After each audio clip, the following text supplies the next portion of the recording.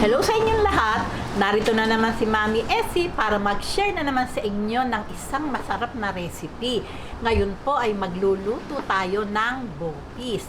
Pero bago tayo mag-umpisa, kung kayo ay nasa Facebook, don't forget to follow, like, and share.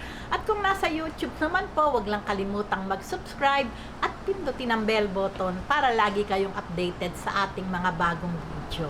Ngayon, narito po ang ating mga kakailanganing sangkap.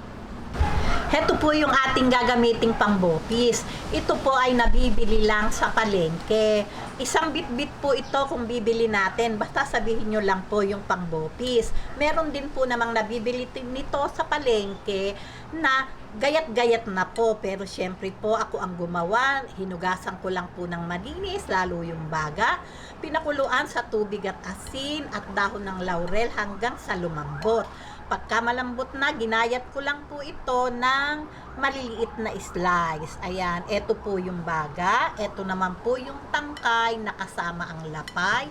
Ito naman po yung kanyang puso. Okay? Isang malaking carrots. Chinap din po ng maliliit. Isang labanos. 2 sibuyas. Kalahating bawang. 2 tablespoon patis. 3 tablespoon oyster sauce, siling haba, at siling labuyo. Nasa inyo po yon kung ganong kaanghang ang gusto nyo. Isang bell pepper, 3 tablespoon na tomato paste, isang maliit na liver spread. Ito po yung ating atsuete, 1 teaspoon seasoning powder, 2 teaspoon pamintang pino, half cup na vinegar o suka, at gagamit po tayo ng mga 1 cup na water. Okay, ngayon, umpisahan na po natin yung pagluluto.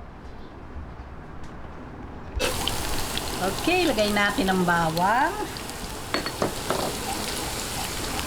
Itayin lang natin mag light brown bago natin isunod ang sibuyas.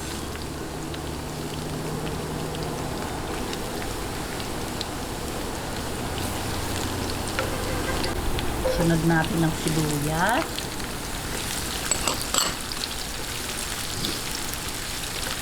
Yan, magsama tayo sa paggisa ng siling labuyo para tumalab yung kanyang anghang.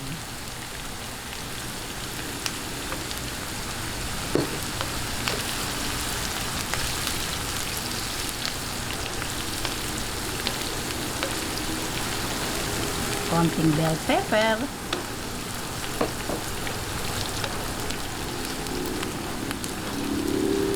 Itong ating tomato paste.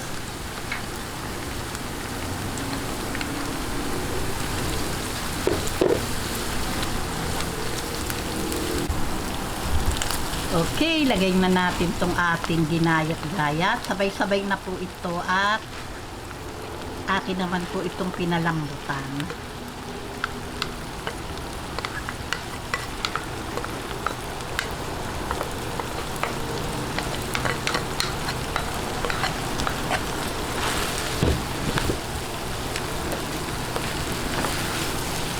Ayan, atin lang pong haluin.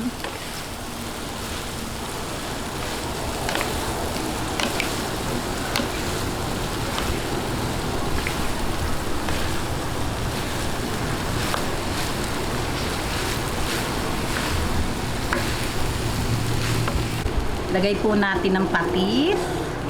Ayan, yung pong pampalasa na gusto nyo. Kung ano po yung gusto nyo, pwede nyo naman pong ilagay. Ayan.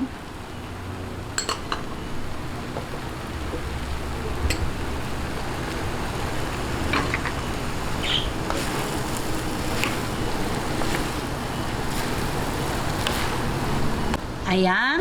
Ngayon po, ligyan po natin ng 1 cup na water.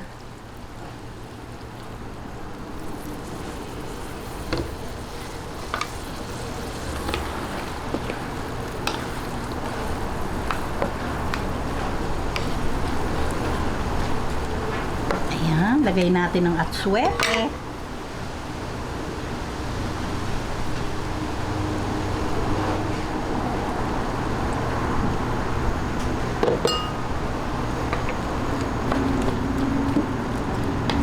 Ngayon, bayaan lang po natin siyang kumulo mga 5 to 10 minutes.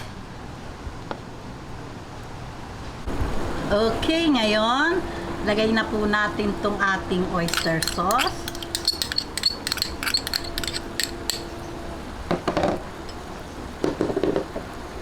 Itong ating natirang bell pepper. Itong ating liver spread.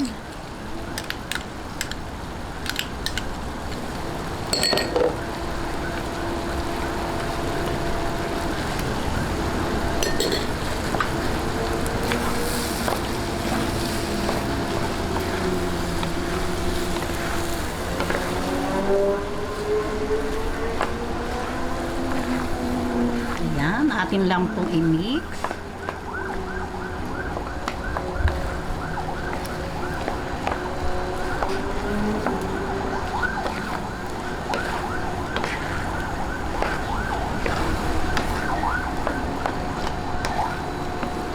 Ngayon,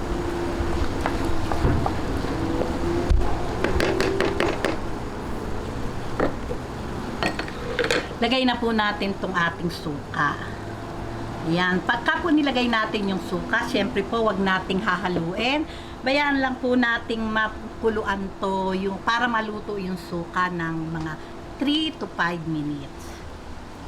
Ayan.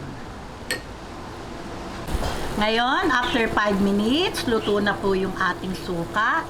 Ilagay na po natin tong ating carrots at itong labanos.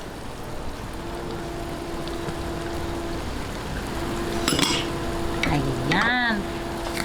Hihintayin lang po natin maluto itong ating carrots at labanos.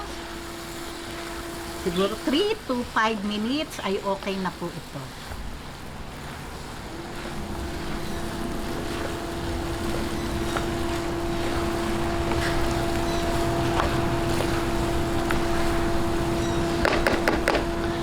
Ayan, doon po sa pampalasa, kayo na po yung bahala, yung alat, kayo na po yung bahalang maglagay kung ano yung gusto nyo na makakasarap na pampalasa.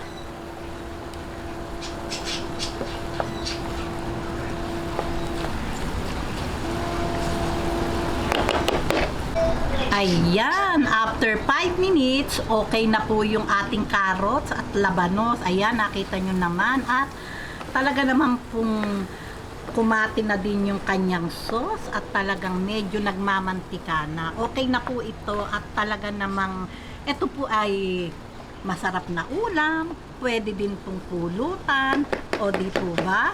Sigurado pong lutuin nyo na ito, siguradong magugustuhan ng inyong pamilya. Okay, patayin ko na po ang apoy. Okay, ngayon ilagay na po natin sa ating serving plate at ready na po ito para sa ating pananghalian.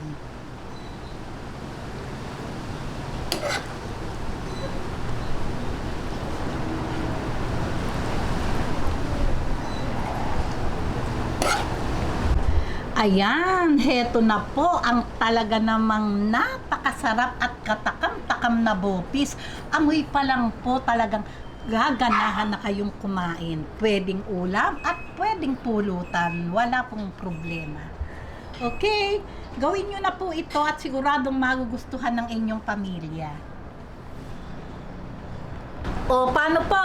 Kung nagustuhan nyo ang video na to, wag lang kalimutang mag-likes. And don't forget to share and subscribe. Bye-bye!